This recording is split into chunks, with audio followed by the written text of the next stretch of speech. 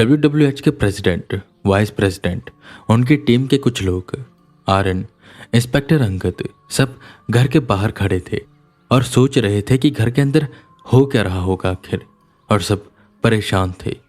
वहीं अंदर प्रिया ने सभी सिपाहियों को अब तक हरा दिया था, पर अब तक वो काफी थक गई थी। वही स्मृति को होश आ चुका था और आसपास जो हो रहा था उससे वो काफी हैरान थी। समझने की कोशिश कर रही थी कि आखिर यहाँ पर ये सब क्या हो रहा है। क्या ये सब एक बुरा सपना है या सच? चांद अभी भी लाल था और प्रिया को इतना तो पता चल गया था कि वो काफी समय से इन सब से लड़ रही है और अब तक दिन हो जाना चाहिए था, पर अभी भी रात है और सब कुछ ठीक वैसा ही है जैसे पहले था। इसका एक ही मतलब था कि वक्त थम चुका है। वहीं छत पर वेदा बेड़ियों में जकड़े हुए थे और बस तड़प रहे थे, चिल्ला रहे थे। शक्तियां उनके सर पर चढ़ चुकी थी। संदीप फ्रीज हुआ पड़ा था।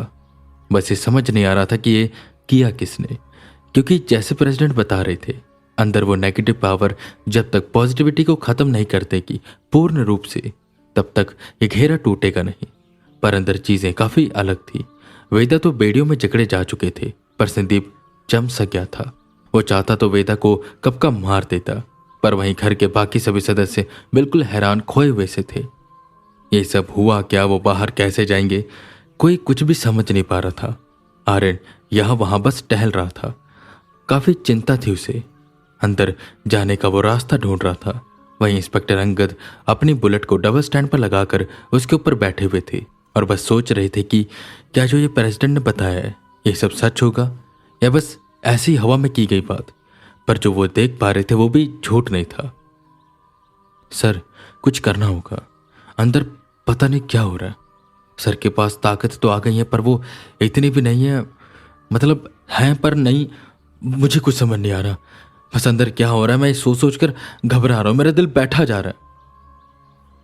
कि तभी एक जानी पहचानी आवाज आर्यन के कानों में पड़ी। कोई था पीछे उसके। आर्यन, दिल मत बैठाओ, खड़ा कर लो उसे। मैंने कहा था ना, आगे जाकर बहुत सी चुनौतियां आएंगी, और देखो आ गई। ये आवाज सुन एकदम से आर्यन का मन खुश हो गया। उसे सुकून मिला। उसने पलट कर देखा तो जो वो सोच रहा था ये वही है। गुरुजी खड़े थे पीछे। वही गुरुजी जिन्होंने वेदा को सारे चक्रों का ज्ञान दिया। आर्यन जाकर उन्हें प्रणाम करता है, जिस पर गुरुजी कहते हैं, कहा था ना जल्द मुलाकात होगी, और हो गई। परेशान लग रहे हो, समझता हूं परेशानी का कारण, पर चिंता मत करो। अंदर सब कुछ रुक सा गया। वेदांत अब तक मर जाता। मैंने उसे कहा था अपनी भावनाओं को काबू में रखना, पर जब भी स्मृति पर बात आती है उसकी भावनाएं काबू में नहीं रहती और इसी वजह से वो दिमाग से काम नहीं ले पा रहा। खैर, जानते हो, एक चुटकी में यहां पर मारूंगा और अंदर वेदांत की मौत हो जाएगी, क्योंकि वह संदीप तलवार ताने बस वेदा के सामने खड़ा है, पर जमा हुआ है। मैंने उसे अपनी ताकतों से जमा दिया था।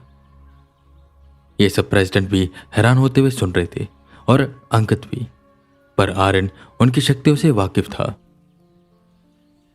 तो गुरुजी, अब सर उस संदीप को कैसे रहेंगे? जिस पर गुरुजी हंसे और बोले,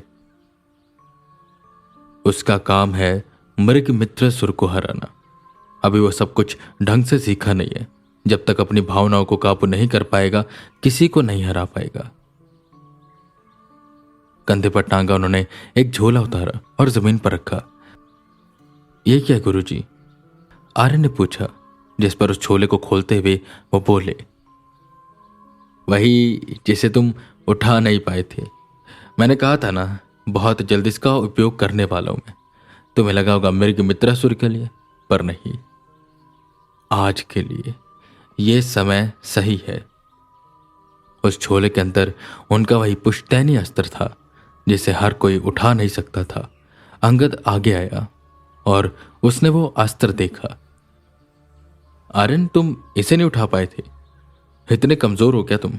खाना ना खाया करो, मोमोज खाने से पावर नहीं आती शरीर में। इंस्पेक्टर अंगद ने कहा, आप तो बढ़िया जिम जाते हो, बॉडी बना रखी है और प्रोटीन भी पीते हो। आप उठाकर दिखा दो मुझे ये। आर्यन ने तंज कसते हुए कहा। वो अपनी बातों बातों में उन्हें चैलेंज कर रहा था कि वो उठा कर दिखाए। अब तक बाकी सब भी एकत्रित हो चुके थे। अंगद पूरे कॉन्फिडेंस में आगे आता है। उसने एक हाथ से उस अस्त्र के हत्थे को पकड़ा और उठाना चाहा, पर उठा ना पाया। दोनों हाथ लगाए पर फिर भी नहीं उठा पाया। एड़ी चोटी का जोर लगा दिया उसने, पर वो टस से मस न हुआ। एकदम से अंगद पीछे की ओर गया और बोला, ये थौर का हथौड़ा क्या जो कोई उठा नहीं पा रहा? जिस पर आर्यन हंसा और बोला, बस निकल गई ना हवा, इसे तुम थौर का हथौड़ा ही समझो जो गुरुजी के अलावा और कोई भी नहीं उठा सकता। पर यह सब छोड़िए, अंदर कैसे जाएंगे ये बताइए। ये सब बातें सुनते हुए प्रेसिडेंट आगे आए और बोले, आर्यन, मैंने तुम्हें बताया था ना कि जब तक कोई बहुत ही ताकतवर शख्स आकर इसे नहीं तोड़ेगा हम अंदर नहीं जा सकते। वो अभी ये सब बोल ही रहे थे कि तभी अपने एक हाथ से उस अस्त्र को उठा गुरुजी ने जमीन पर मारा। एक तेज रोशनी हुई और वो सब उस घर के अंदर पहुंच गए जहां चारों तरफ अंधेरा छाया हुआ था और चांद पूरा लाल था। प्रेसिडेंट के बोलते शब्द एकदम से रुक गए।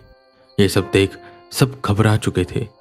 WWH की पूरी टीम भी वहां पर आ चुकी थी और बिल्कुल सब सक पका गए थे। इंस्पेक्टर अंगद तो ये देख एकदम से भौचक्के रह गए।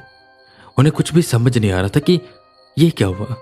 वो अचानक से कि तभी प्रिया और स्मृति भागते हुए उनके पास आती है। गुरुजी आप यहां देखिए ना, ये सब क्या हो रहा है। जिस पर गुरुजी उन्हें शांत कराते हैं और कहते हैं, जानता हूं बेटी, जानता हूं, और जो मैंने सिखाया था उसका तुमने सही उपयोग किया। मैं जानता था कि ये सब होगा और तुम स्मृति को बचाओगी, इसलिए मैंने तुम्हें सब ज्ञान दिया। रही बात, अब हम उसे ठिकाने लगाएंगे। ये सुनकर स्मृति ने कहा, किसे ठिकाने लगाएंगे गुरुजी? गुरुजी हल्का सा स्मृति को देख मुस्कुराए और बोले, तुम बहुत चीजों से गुजरी हो मेरी बच्ची, पर अब सब सही होगा, सब कुछ सही होगा। तुम्हें लगता होगा तुम्हारी माँ गलत थी, पर नहीं, ये सब तुम्हारे चाचा का किया था और अब मैं उसे ठिकाने लगाऊंगा। पत्थर टूट गया है और अब इन सब चीजों का अंत होगा। सब ऊपर वेदा के पास जाते। वेदा बेड़ियों में जकड़े हुए थे और बस चिल्ला रहे थे। उनकी आंखें सफेद हो चुकी थी, शक्तियां माथे पर चढ़ चुकी थी। और ठीक सामने संदीप वेदा से थोड़ी दूर तलवार ताने खड़ा था। अगर मैंने एक चुटकी मारी तो यह आजाद हो जाएगा और वेदा के ऊपर वार करके वेदा को मार देगा। जैसे ये सब करने वाला था मैंने इसे तुरंत रोका, पर उस पूरी शक्ति ने वेदा के हाथों पैरों पर बेड़ियां डाल दी ताकि वेदा संदीप को न मार सके। इस वेदा से मैंने कितना कहा, भावनाओं को काबू कर, भावनाओं को काबू पर। स्मृति पर जैसे बात आती अपना आपा खो देता है। देखो कैसे चिल्ला रहा है। अभी हम में से किसी को पहचान नहीं पा रहेगा, बस इसके दिमाग में स्मृति घूम रही होगी। ये सुन स्मृति शर्मा सी गई, पर यहां बात बहुत गंभीर थी। हालांकि संदीप जमा हुआ था, पर उसके पैर हल्के हल्के हिलने लगे थे और इस बात पर गौर किया इंस्पेक्टर अंगद ने। संदीप इससे पहले कोई हलचल कर पाता, उन्होंने तुरंत बंदूक तानी और सीधा संदीप पर फायर किया। पर संदीप बिल्कुल बिजली की रफ्तार से गायब होकर अंगद के पीछे पहुंचा। उसके हाथों में तलवार थी और तलवार थी अंगद के गर्दन पर। सब चिंतित हो गए और सोचने लगे कि अब क्या होगा। अंगद का गला कटने वाला था। गुरुजी भी दूर खड़े ये सब देख रहे थे। संदीप ने हाथों को टाइट किया, बस किसी भी क्षण वह तलवार अंगद का गला रेत कर उसे जमीन पर गिराने वाली थी। वेदा वहीं यह सब होते हुए देख रहे थे और चिल्ला रहे थे, पर वो कुछ कर नहीं सकते थे। हाथों पैरों में बेड़ियां थी। अब आगे क्या होगा ये सोचकर सबके माथे पर शिकन की लकीरें उभर आई। वहीं संदीप हंस रहा था।